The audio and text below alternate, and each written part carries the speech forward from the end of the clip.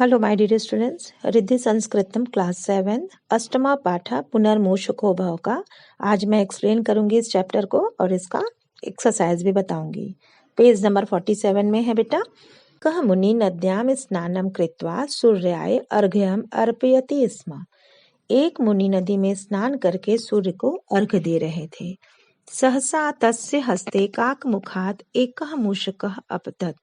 अचानक ही उनके हाथ में कौवे के मुख से एक चूहा उनकी हथेली पे आकर गिर गया। मूषकः भयन् कंपते स्म। चूहा डर से कांप रहा था। मुनि तम मूषकम स्व आश्रमम आनयत। मुनि उस चूहे को अपने आश्रम में ले आए। मूषकः आश्रम में सुखेन वसति स्म। चूहा आश्रम में सुख से रहने लगा। शिष्य सह क्रीडति स्म। उन्हीं के शिष्यों के साथ वह खेलता था। एकदा एकः बिडालः मूषकम खादितुम मुद्दतः अभवत। यहाँ पे भवती नहीं अभवत होगा। एक बार एक बिल्ली चूहे को खाने के लिए आई। मूषकः धावन तस्य मुने समीपम आगच्छत। चूहा दौड़ते हुए उस मुनि के पास आ गया। सविनयम च मुनिम अवदत। और विनय के साथ मुनि से कहा, भगवान एषः बिडालः मां भक्षयितुम इतः एव धावति। भगवान यह बिल्ली मुझे खाने के लिए मेरी ओर आ रही है या मेरी तरफ दौड़ रही है। त्राहि माम, मुझे बचाइए, मेरी रक्षा कीजिए। मुनि मूषकम दृष्ट्वा अवदत। मुनि चूहे को देखकर बोले, अलम भयन, भय मत करिए। अहम त्वाम बिडालम करोमि, मैं तुम्हें बिल्ली बना देता हूँ। त्वमपि बिडालो भव, तुम भी बिल्ली बन जाओ। अधुना मूषकः अपि बिडालः अभवत। चूहा अब बिल्ली बन गया। मूषकः बिडाल रूपेण निर्भयम वने विहरति स्म। चूहा बिल्ली के रूप में निर्भय होकर बिना भय के वन में घूमने लगा। अथ एकदा तत्र एकः, बेटा यहाँ पे कुक्कुरः होगा, एकः कुक्कुरः आगतः। एक बार वहां एक कुत्ता आ गया। कुक्कुरात् भीतः सह मूषक बिडालः पुनः मुने समीपम गत्वा तम रक्षितुम अप्रार्थयत। कुत्ते से डरकर वह चूहा जो बिल्ली बन गया है पुनः मुनि के पास जाकर अपनी रक्षा के लिए प्रार्थना करने लगा। मुनि अवदत, मुनि बोले, तमपि कुक्कुरः भव, तुम भी कुत्ता बन जाओ। मुनि कृपया सह शूनकः अभवत। मुनि की कृपा से या मुनि के आशीर्वाद से वह कुत्ता बन गया। वह जो चूहा था, जो बिल्ली बना था, अब वह कुत्ता बन गया। सह मूषकः कुक्कुरो भूत्वा अतीव प्रसन्नः आसीत्। वह चूहा कुत्ता बनकर अत्यंत खुश हुआ, बहुत प्रसन्न हुआ। कुक्कुरो भूत्वा सह सानंदम वने विहरति स्म। वह कुत्ता बनकर बड़े ही आनंद से वन में घूमने लगा, निर्भय होकर घूमने लगा। आते हैं पेज नंबर 48 पर बेटा। पुनः एकदा तत्र एकः चित्रकः आगतः। फिर से एक बार वहां एक चिता आ गया। चित्रकः मतलब चिता। चित्रकः तम मूषकम खादितुम उद्यतः आसीत्। चिता उस चूहे को खाने के लिए तैयार हुआ, उसको खाने के लिए आ गया। तदैव मुनि तत्रागत्य अवदत्। तभी मुनि वहां आकर बोले, त्वम चित्रको भव, तुम चिता बन जाओ। अधुना सह मूषकः चित्रकः संजातः। अब वह चूहा चीता बन गया। सह मूषक चित्रकः निर्भयन् तत्र सर्वैः सह वसति स्म। वह चूहा चीता बनकर निर्भय होकर सभी के साथ रहने लगा। बहुकालानन्तरं तत्र एकः सिंहः आगत्य तस्योपरि आक्रमणम् अकरोत्। बहुत समय बाद वहां एक शेर आकर उस पर आक्रमण करने लगा। सह मूषक चित्रकः धावन मुने शरणम आगच्छत। वह चूहा जो चिता बना था दौड़ते हुए मुनि के पास आया। सह मुनिम प्रार्थयन् अकथयत्। वह मुनि से प्रार्थना करते हुए कहा, अयम सिंह माम मारेष्यति, यह शेर मुझे मार डालेगा, रक्षतु माम, मेरी रक्षा कीजिए। मुनि अकथयत, मुनि ने कहा, त्वम सिंहो भव, तुम शेर बन जाओ। मूषकः सिंहे परिवर्तितः, चूहा शेर के रूप में बदल गया। सिंह दृष्ट्वा आगताः सर्वे ततः पलायनम अकुर्वन्, शेर को देखकर आए हुए लोग वहां से भाग गए। मूषकः इदं दृष्ट्वा हर्षेण कूर्दनम आरब्धवान्, चूहा यह देखकर खुश हो गया और कूदने लगा। अधुना कस्यापि भयम नास्ति, अब किसी से भय नहीं है। यह बेटा चूहा जब देख लिया कि वो शेर बनते ही उसके आसपास जितने भी लोग थे सभी लोग डर के मारे भाग गए, तो अब वो खुश हो गया कि अब मुझे किसी से कोई भय नहीं है। सह मूषकः सिंहे भूत्वा अतीव गर्वितः जातः, यहाँ पे सिंह नहीं सिंहो होगा बेटा, ठीक है। सह मूषकः सिंहो भूत्वा अतीव गर्वितः जातः, चूहा शेर बनकर बहुत घमंडी हो गया, उसे बहुत गर्व हो गया। तस्मात् मूषक सिंहात कोअपि न विभेति स्म, उस चूहे बने शेर से कोई भी नहीं डरता था। मुनि शिष्या तस्य उपहासम अपि कुर्वन्ति स्म, मुनि के शिष्य उसका मजाक भी उड़ाते थे। एतत् दृष्ट्वा मूषक सिंह क्रुद्धः अभवत्, यह देखकर चूहा जो शेर था वह क्रोधित हो गया। सः अचिंतयत्, वह सोचने लगा। सर्वे माम उपहसन्ति, सभी लोग मेरा मजाक उड़ाते हैं। किम करोमि, क्या करूं। अस्तु, ठीक है, यदि अहम मुनिमेव मारयामि तर्हि सर्वे मम आदरम करिष्यन्ति, ठीक है, यदि मैं मुनि को ही मार दूं तो सभी लोग मेरा आदर करेंगे, क्योंकि मुनि के मर जाने पर उसे कोई भी नहीं बदल पाएगा और वो हमेशा के लिए शेर हो जाएगा। इति विचिन्त्य तावत् मुनेः समीपं तम हन्तुं गच्छति तावत् मुनिः तपोबलेन तस्य मनोगतम दुर्भावम जानाति नहीं होगा, ज्ञातवान होगा यहाँ पे बेटा, ठीक है, दुर्भावम ज्ञातवान। ऐसे सोचकर जब तक वह मुनि के पास उनको मारने के लिए जाता है, तभी मुनि अपनी तपस्या के प्रताप से, अपनी बल से उसके मन में जो बातें चल रही थी वह जान जाते हैं।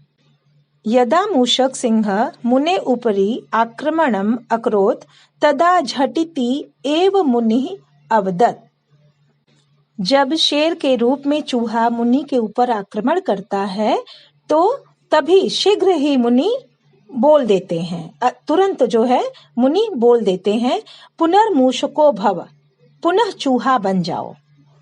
अतः उच्यते, इसलिए कहा गया है, स्नानो अपि बहुशः नदी जले गर्दभः किम हयः भवेत क्वचित्, इसलिए कहा गया है बच्चों कि नदी के जल में कितनी बार भी, लाखों बार स्नान करने से क्या कभी गधा घोड़ा बन सकता है? नहीं ना, कभी गधा घोड़ा नहीं बन सकता है, ठीक है। हमें इस पाठ से यह शिक्षा मिलती है बेटा कि बिना विचार किए कोई भी कार्य नहीं करना चाहिए तथा अधिक लोभ नहीं करना चाहिए, लालच नहीं करना चाहिए, क्योंकि अधिक लोभ करने वाले की स्थिति उस चूहे जैसी हो जाती है जो शेर बनने के बाद पुनः चूहा बन गया। इसलिए हमें लालच नहीं करना चाहिए, ठीक है बेटा। देखिए नीचे यहाँ पे शब्दार्थ दिया हुआ है, इसको आप लोग लर्न कर लीजिएगा और कॉपी में अच्छे से लिख लीजिएगा, ठीक है। पेज नंबर 49, अभ्यास कार्यम। एक पदेन उत्तरत, यानी कि एक पद में उत्तर दीजिए, आंसर इन वन वर्ड, ठीक है। क है, मुने हस्ते कस्य मुखात मूषकः अपतत, मुनि के हथेली पे किसके मुख से चूहा गिरा। तो आंसर इसका होगा बेटा, वन वर्ड लिखना है तो आंसर होगा काकस्य, कौवे के। ख है, मूषकः केन कंपते स्म, चूहा क्यों कांप रहा था, क्यों कांप रहा था, तो आंसर इसका होगा भयेन, भय से। ग है, बिडालः कम खादितुम उद्यतः भवति। ठीक है, तो किसको खाने के लिए बिल्ली तैयार हो जाती है? आंसर होगा मूषकम, चूहे को। घ है कह कुक्कुरः भूत्वा प्रसन्न अभवत। कौन कुत्ता बनकर प्रसन्न हो गया, खुश हो गया? आंसर होगा मूषकः यानी कि चूहा। चूहा जब कुत्ता बन जाता है तो खुश हो जाता है, प्रसन्न हो जाता है। अंग है कस्मात कोऽपि न विभेति स्म। किससे कोई भी नहीं डरता था? आंसर है मूषक सिंहात, यानी कि जो चूहा शेर बन गया था आश्रम में, उससे कोई भी नहीं डरता था। अगला है एक्सरसाइज नंबर 2, पूर्ण वाक्येन उत्तरत। पूरे वाक्य में उत्तर दीजिए, यानी कि आंसर इन कंप्लीट सेंटेंस। क है मुनि नद्याम किम करोति स्म। मुनि नदी में क्या कर रहे थे? आंसर होगा मुनि नद्याम स्नानम कृत्वा सूर्याय अर्घ्यम अर्पयति स्म। मुनि नदी में स्नान करके सूर्य को जल अर्पित कर रहे थे। ख है मुनि मूषकम कुत्र आनयत। मुनि चूहे को लेकर कहाँ गए, कहाँ आते हैं? आंसर होगा मुनि मूषकम स्व आश्रमम आनयत। मुनि चूहे को लेकर अपने आश्रम में आते हैं। ग है सिंह तत्रागत्य किम अकरोत। शेर ने वहां आकर क्या किया? आंसर है सिंह तत्रागत्य मूषकस्योपरि आक्रमणम अकरोत। शेर वहां आकर चूहे के ऊपर आक्रमण किया। घ है क्रुद्ध मूषक सिंह किम अचिंत्यत। क्रुद्ध चूहा, क्रोधित हुआ चूहा शेर क्या सोचा? आंसर है मूषक सिंह क्रुद्ध अचिंत्यत सर्वे माम उपहसन्ति। सभी लोग मेरा मजाक उड़ाते हैं। किम करो, मैं क्या करूं? अस्तु ठीक है, यदि अहम मुनिमेव मारयामि तर्हि सर्वे मम आदरम करिष्यन्ति। यदि मैं मुनि को ही मार दूं तो सभी लोग मेरा आदर करेंगे, क्योंकि मुनि के मर जाने के बाद कोई भी मुझे वापस चूहा नहीं बना सकता, तो मैं शेर का शेर ही रह जाऊंगा। अंग है गर्दभ किम भवितुम न अर्हति। आंसर है क्वेश्चन का मतलब है बेटा कि गधा क्या नहीं बन सकता है? आंसर है गर्दभ हयः भवितुम न अर्हति, यानी कि गधा घोड़ा कभी नहीं बन सकता है। ठीक है बेटा। एक्सरसाइज नंबर 3, रेखांकित पद्माधृत्य प्रश्न निर्माणम कुरुत। रेखांकित पदों के आधार पे प्रश्न निर्माण कीजिए। बेटा जिसमें अंडरलाइन किया हुआ है उसकी जगह हमें प्रश्न सूचक शब्द लिखने हैं और अंत में हमें क्वेश्चन मार्क लगाना है। ये मैंने पहले भी बताया बेटा, ठीक है। तो पहला है, देखिए क है मुनि नद्याम स्नानम करोति स्म। मुनि नदी में स्नान कर रहा था, तो नद्याम यहाँ पे लिखा है यानी कि कहाँ, ठीक है। तो यहाँ पे आप इसकी जगह नद्याम की जगह लिखोगे कुत्र। सेकंड है यानी ख मूषकः शिष्य सह क्रीडति स्म। मूषक यानी चूहा शिष्यों के साथ खेलता है, तो यहाँ पे शिष्य है, शिष्य को हटा देंगे तो क्या हो जाएगा यहाँ पे कै, यानी किसके साथ, ठीक है। तो कै। ग है मूषकः मुने समीपम अगच्छत। चूहा मुनि के समीप गया। अब यहाँ पे मुने में अंडरलाइन है, तो मतलब कहाँ किसके पास गया? तो कस्य, यहाँ पे हो जाएगा कस्य। घ है सह सुखेन तत्र वसति। वह सुख से वहां रहता था, ठीक है। तो घ में सुखेन, यहाँ पे सुखेन है तो सुखेन की जगह हो जाएगा केन। केन का मतलब हो गया कैसे, ठीक है। कैसे वहां रहता था, तो यहाँ पे हो जाएगा कैसे यानी केन। अंग है मूषक सिंह मुने ऊपरी आक्रमणम अकरोत। मूषक सिंह यानी चूहा जो शेर बना हुआ था वो मुनि के ऊपर आक्रमण किया। तो यहाँ पे मूषक सिंह हो गया, यानी कि यहाँ पे हो जाएगा कह, यानी किसने, किसने मुनि के ऊपर आक्रमण किया, ठीक है बेटा। आते हैं एक्सरसाइज नंबर 4 पे। पदानाम शब्द मूल शब्द विभक्ति वचनम च लिखत। पदों के मूल शब्द विभक्ति व वचन लिखिए। अब यहाँ पे देखिए बेटा पद दिया हुआ है, तो पद आपका पद यहाँ दिया हुआ है, आपको उसका मूल शब्द लिखना है, विभक्ति लिखना है और वचन लिखना है। तो पहले नंबर पे देखिए मुने लिखा है, मुने का हो जाएगा मूल शब्द मुनि। विभक्ति यहाँ पे होगी पंचमी या षष्ठी, पंचमी षष्ठी आप दोनों लिख सकते हो, और वचन होगा एक वचनम। ख है सुखेन, सुखेन का मूल शब्द हो जाएगा सुख। विभक्ति तृतीया और वचन एक वचन। मुखात, ग है मुखात, मुखात का मूल शब्द मुख, विभक्ति पंचमी और एक वचन। घ है नद्याम, नद्याम का हो जाएगा नदी, विभक्ति है सप्तमी और वचन ये भी एक वचन है बेटा। अंग है शिष्य, शिष्य का मूल शब्द शिष्य, विभक्ति है तृतीया और वचन है बहुवचनम। च है हस्ते, हस्ते का मूल शब्द हो जाएगा हस्त, विभक्ति है सप्तमी और वचन यहाँ पे बेटा एक वचनम होगा। इसके बाद छ है, छ का होगा मुनि, मुनि का मुनि हो जाएगा मूल शब्द, विभक्ति यहाँ प्रथमा है और वचन एक वचन है बेटा। सिंघात, सिंघात का मूल शब्द सिंह, विभक्ति पंचमी और वचन एक वचनम। झ है चित्रकः, चित्रकः का चित्रक, विभक्ति प्रथमा और एक वचनम। जलह का जल हो जाएगा मूल शब्द, विभक्ति है तृतीया और वचन है बहुवचनम। ठीक है बेटा।